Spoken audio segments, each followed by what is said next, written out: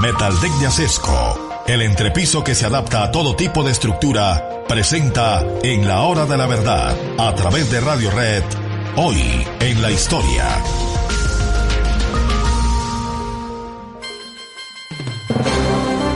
En un día como hoy, 13 de julio, pero en el año 100 antes de nuestra era, nació uno de los hombres más importantes que ha producido la humanidad. Independientemente de que gusten o no gusten sus ejecutorias, Gayo Julio César es uno de los hombres más completos, más extraordinarios que la humanidad produjo nunca. Descendía de una familia importante, él decía que descendía de los dioses y que su familia venía de la diosa Venus, pero en fin, eso era parte de su literatura. Hizo estudios en muchas partes, inclusive estudios de retórica, y se convirtió en uno de los mejores oradores de su tiempo, Gayo Julio César. Tenía de por medio unas situaciones difíciles, tan difíciles que prefirió separarse de los turbulentos episodios que se desarrollaban en Roma y fue a refugiarse en Hispania, donde hizo una tarea supremamente importante también, Gayo Julio César, porque su escenario, el escenario de sus hazañas fue el mundo entero. También estuvo en el Mediterráneo, y allá en el Mediterráneo fue capturado por unos piratas que pedían una suma por su rescate, y él les dijo: lo que piden es muy poco, pidan 5 veces más de lo que están pidiendo. Y se conquistó a sus propios secuestradores, y conversaba con ellos y les enseñaba temas de política y temas militares, y les decía que iba a volver sobre ellos, que los iba a capturar y que los iba a colgar a todos, y les decía a cada uno dónde los colgaría. Se morían de la risa estos piratas y jamás pensaron que Julio César cumpliría su palabra, y así fue. Los capturó y los ahorcó exactamente de los palos en los que había dicho que los ahorcaría. Era un hombre de una fe inmensa en su destino. Alguna vez se dice que el barco que lo llevaba iba a naufragar y que le dijo al piloto del barco, que estaba en pánico en medio del temporal: ¿cómo le va a dar miedo si lleva a César y a su destino? Julio César. Pues bien, se hizo grande orador, intervino en los grandes debates de su tiempo en Roma, pensó que estaba perdiendo el tiempo una vez que estuvo ante la estatua de Alejandro Magno y dijo: cuando este hombre tenía mi edad ya había conquistado el mundo y yo no he empezado todavía. Julio César fue designado para llevar a cabo la conquista en las Galias. En las Galias estaban reunidos todas las grandes tropas enemigas de Roma, de los bárbaros, que asediaban a Roma por todas partes, y Julio César fue a la guerra de las Galias. Y no se sabe si más importante que la guerra que terminó con la captura y con la muerte de Vercingétorix, que era el hombre que había reunido todas las tropas de los enemigos de Roma y a quien César derrotó. Si más importante fue eso o más importante fue la obra que escribió Julio César a propósito de la guerra de las Galias. Comentarios a las guerras de las Galias.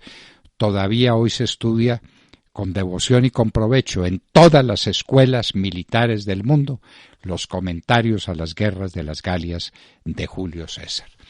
Llevó sus legiones hasta la Gran Bretaña. Churchill diría alguna vez que la tragedia de la Gran Bretaña empezó cuando el último soldado romano abandonó la Gran Bretaña. Julio César, los comentarios a las guerras de las Galias, las batallas, cómo fue consolidando ese imperio, llegó a las orillas del Danubio, más adelante iría mucho más allá, hasta el Asia Menor, como lo contaremos en un minuto. El Senado romano se vio en graves aprietos con Julio César. Pompeyo, que era el grande hombre, el patriarca, el dueño de los ejércitos y de las legiones, influyó en el Senado romano para que declarara a Julio César fuera de la ley si atravesaba el pequeño río Rubicón. César llegó hasta la orilla y dijo alia jacta est, una frase que se ha repetido a lo largo del tiempo ¿cuántas veces? Innumerables veces. Cruzó el río Rubicón, atacó Roma, ya las legiones y los patricios romanos del Senado habían abandonado la ciudad y se habían hecho fuertes en el oriente con las tropas de Pompeyo. César los persiguió, casi pierde todo lo que había ganado en la batalla de Dyrraquio y después ganó eso y mucho más en la batalla de Farsalia. Pompeyo salió fugitivo, llegó a Egipto y los Ptolomeos, para congraciarse con Julio César, le cortaron la cabeza y se la entregaron a Julio César. A Julio César no le gustó para nada ese regalo que le hicieron. Tuvo amores con Cleopatra, como los tuvo también Marco Antonio. Se tomó todo el norte del África, volvió sobre Roma, vencedor absoluto de esa guerra civil. Había constituido un triunvirato con Marco Antonio y con Lépido, precisamente el primer triunvirato, donde finalmente el dueño era él, cuando venció a Marco Antonio también obligándolo al suicidio con su amante Cleopatra, Marco Antonio y Cleopatra. Vuelve a Roma y es dueño del mundo Julio César, con una república romana tambaleante porque las grandes instituciones de Roma estaban todas en las manos de Julio César.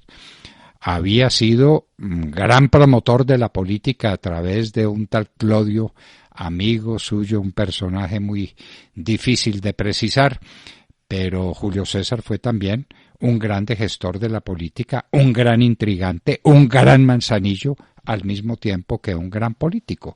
¿Qué no fue Julio César? Todos le temían, muchos lo adoraban y otros lo odiaban. Tenía una gran guardia pretoriana a su servicio que lo protegía, pero él tenía la convicción de que nadie podría tocar jamás a Julio César. Y en los idus de marzo, un grupo de complotados se lanzaron sobre él y lo cosieron a puñaladas.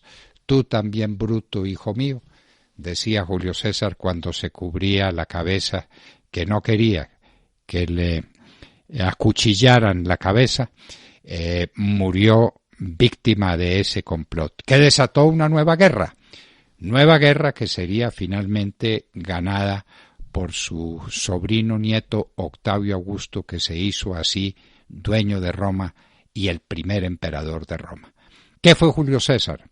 El último de los grandes republicanos, el primero de los grandes emperadores, inclusive algunos con poco sentido de respeto por la historia lo llaman emperador, ¿no? El imperio nació con Octavio Augusto, su sobrino nieto, pero de Julio César, ¿qué se puede decir? Fue cónsul único, por supuesto, tuvo en sus manos todo el imperio, todas las riendas del poder estuvieron en sus manos, después de la guerra de las Galias y de la guerra civil que lo hizo triunfador sobre Pompeyo. Murió a los 56 años de edad, ya había penetrado en el Asia Menor, llegó con sus legiones y desbarató los ejércitos enemigos prácticamente sin combate, y fue cuando lanzó aquella frase que también recorrió todos los años y todos los tiempos: Vini, vidi, vinci.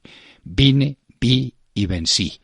No tuve que combatir, fue prácticamente lo que dijo Julio César cuando regresó triunfador a Roma para ser después muerto a puñaladas en los idus de marzo en el año 44.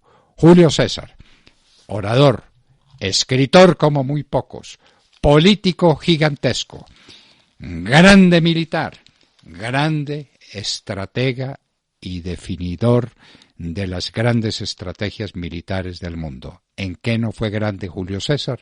Nacido en un día como hoy, en el año 100 antes de Cristo. Hoy en la historia, en la hora de la verdad, 9 de la mañana, 4 minutos.